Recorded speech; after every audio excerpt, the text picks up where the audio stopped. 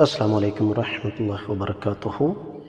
الحمد للہ حمدا کثیرا طیبا مبارکا فیہ، والصلاة والسلام علی من ارسلہ اللہ بالہدی ودین الحق لیظہرہ علی الدین کلہ۔ کثرت کے ساتھ آنے والے سوالات میں سے ایک سوال گروی رہن، جیسے پنجابی زبان میں کسی چیز کو گہنے دے دینا، وہ بھی ہے۔ اس سلسلے میں جو اصول ہمارے ہاں رائج ہے، شرعی اصول اس سے بالکل مختلف ہیں۔ گروی کا مطلب یہ ہے کہ مجھے فرض کیجئے 10 لاکھ روپے کی ضرورت ہے اور میرے پاس رقم نہیں، لیکن میرے پاس زمین، مکان یا کوئی اور ایسی چیز ہے جس کی قیمت یا تو 10 لاکھ روپے کے برابر ہے یا اس سے زیادہ ہے، تو وہ میں کسی کے حوالے بطور ضمانت کر کے اس سے رقم لے لیتا ہوں۔ اب شریعت کہتی ہے کہ جس نے میری وہ جائیداد اپنے پاس بطور ضمانت رکھی ہے نا، وہ اس کے پاس امانت ہے۔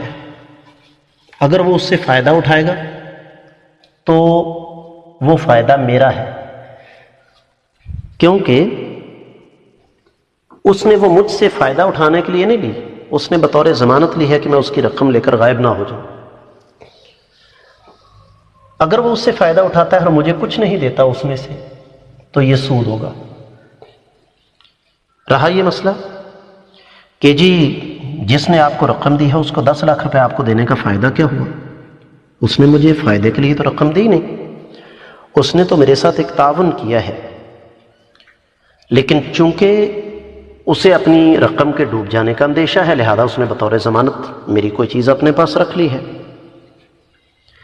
ہمارے ہاں یہ سلسلہ ہوتا ہے کہ مکان، زمین یا کوئی اور چیز گروی رکھی جاتی ہے، اور جس کے پاس رکھی جاتی ہے وہ فائدہ اٹھاتا رہتا ہے، وہ حرام کھاتا رہتا ہے، یہ شرعی طور پر جائز نہیں ہے۔ رہا یہ مسئلہ کہ آج کے دور میں کون اس پر عمل کرے گا، شریعت کو اس بات سے کوئی غرض نہیں کہ کس دور میں کون کس پر عمل کرتا ہے۔